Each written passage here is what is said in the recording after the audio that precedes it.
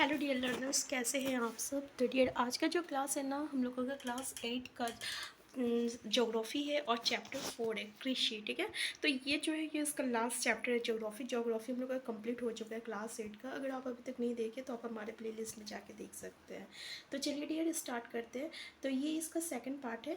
ठीक है, first part का लिंक आपको डिस्क्रिप्शन बॉक्स में मिल जाएगा। तो डियर हम लोग एनसीईआरटी के एक एक पॉइंट को डिस्कस कर रहे हैं, इसलिए ये पॉसिबल नहीं है कि एक ही वीडियो में हर चीज़ डिस्कस की जाए। जैसे कि आपको पता है कि सीटेट में आपका ना स्टेटमेंट बेस्ड क्वेश्चन आता है। ठीक है, तो एटलीस्ट आपको एक ही पॉइंट की जानकारी होनी चाहिए। और ये जो है आपका आगे किसी भी कंपटीशन के लिए टीचर लेवल जैसे कि बीपीएससी या की तैयारी करें, बिहार स्टेट की या एनवीएस की वीएस, तो वो आपके लिए काफ़ी हेल्पफुल होगा एनसीईआरटी की बुक।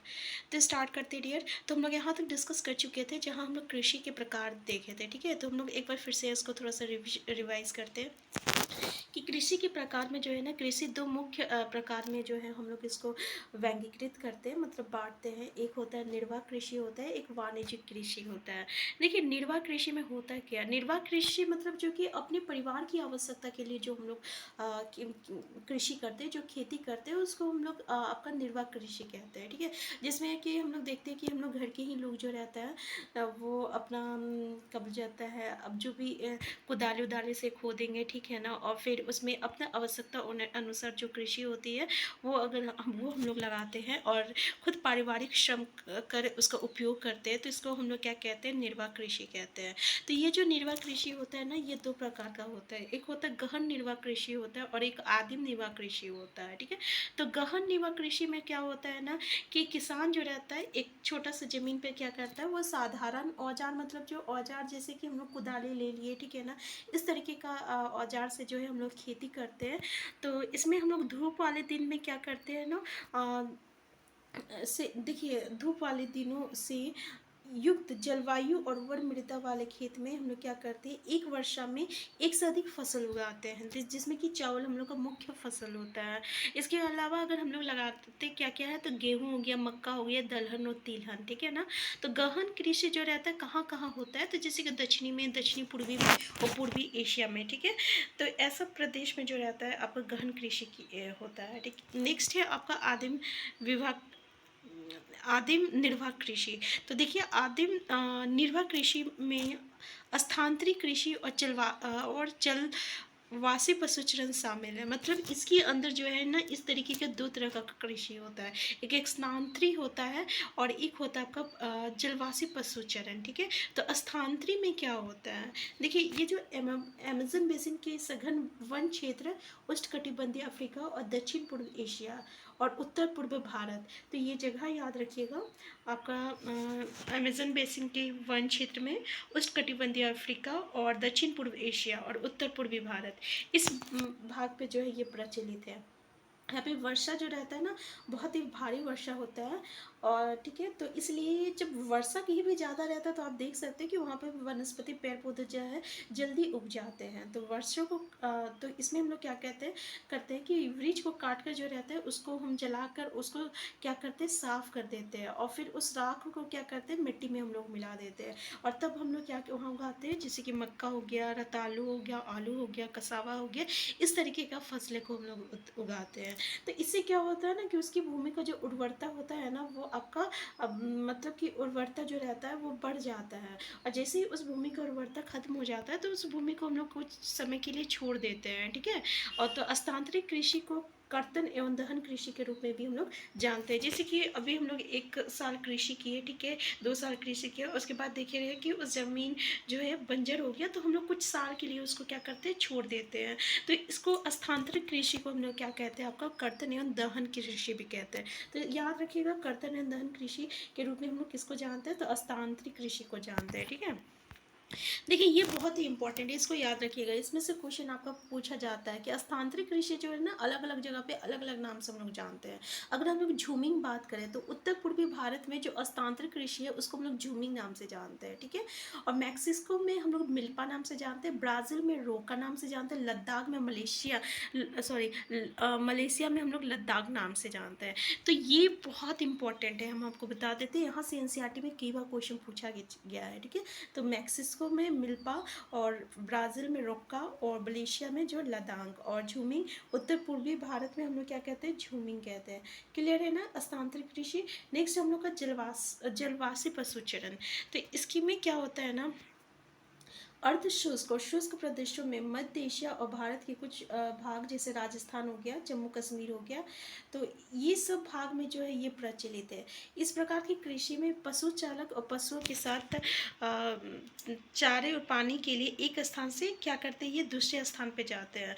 तो इस तरीके से जब वो एक स्थान से दूसरे स्थान जाते हैं तो क्या होता है ना कि इस प्रकार की गतिविधि जलवायु बाधाओं और भूभाग का क्रिया प्रतिक्रिया स्वरूप उत्पन्न होती है। पशु चारक मुख्यतः भेड़, ऊँट, मवेशी या बकरियां पालते हैं, और ये पशु चारक और अन्य परिवार के लिए दूध, मांस, ऊन, खाल और अन्य उत्पाद उपलब्ध कराते हैं। मतलब यहाँ पे क्या होता है, पशु को लेकर हम लोग एक जगह से दूसरी जगह जाते हैं। जैसे एक जगह का अगर वहाँ का जैसे कि आपका सब चीज़ खत्म हो गया, जैसे पशु जो है अधिकतर घास फूस खाते हैं ना, तो अगर इस तरीके का घास का मैदानी इलाका खत्म हो जाता है, ठीक है ना, घास खत्म हो जाता है, तो वो क्या करते हैं, अपने पशु को लेकर दूसरी जगह चले जाते हैं।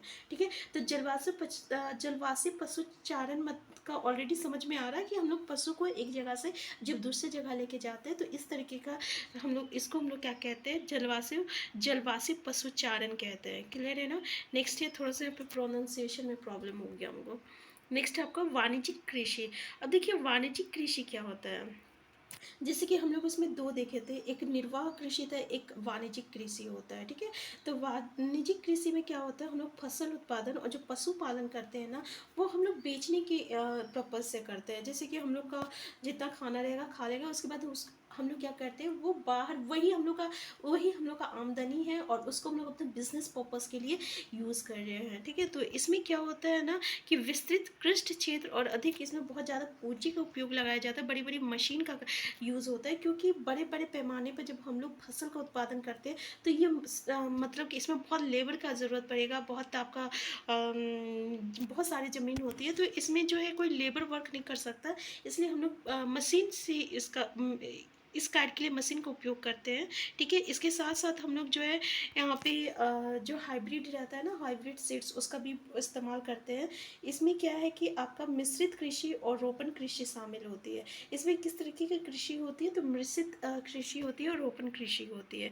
देखिए वाणिज्यिक अनाज कृषि में फसल जो रहता है ना, ये हम लोग वाणिज्यिक उद्देश्य से उगाते हैं, मतलब बेचने की उद्देश्य से उगाते हैं। ठीक है। तो गेहूँ और मक्का जो है ये सामान्य रूप से जो है उगाया जाता है, जिससे कि उत्तर अमेरिका, यूरोप और एशिया के शीतोष्ण घास के मैदान वाणिज्यिक के अनाज कृषि के लिए प्रमुख क्षेत्र है। तो याद रखिएगा, ये जगह नाम याद देख लीजिए, अमेरिका, यूरोप और एशिया की शीतोष्ण घास का मैदान जो है ना, ये हम लोग किस लिए आपका किसका प्रमुख क्षेत्र है, तो वाणिज्यिक अनाज कृषि।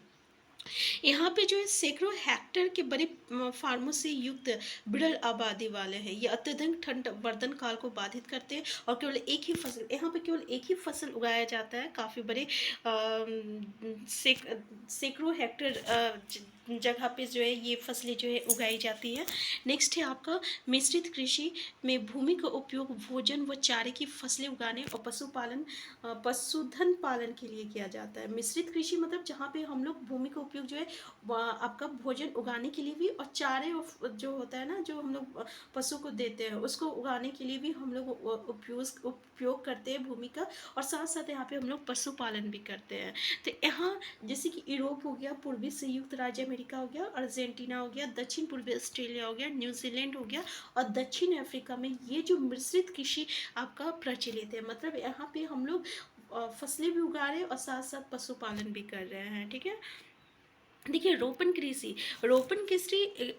क्या होता है, ये जो वाणिज्यिक कृषि का एक प्रकार है। यहाँ पे रोपण में क्या क्या चीज़ हम लोग उगाते हैं, तो जैसे चाय हो गया, काजू हो गया, रबड़ हो गया, केला हो गया, कहवा हो गया, ये सब रोपण कृषि में आता है। तो ये रोपण कृषि का उदाहरण देख लीजिएगा।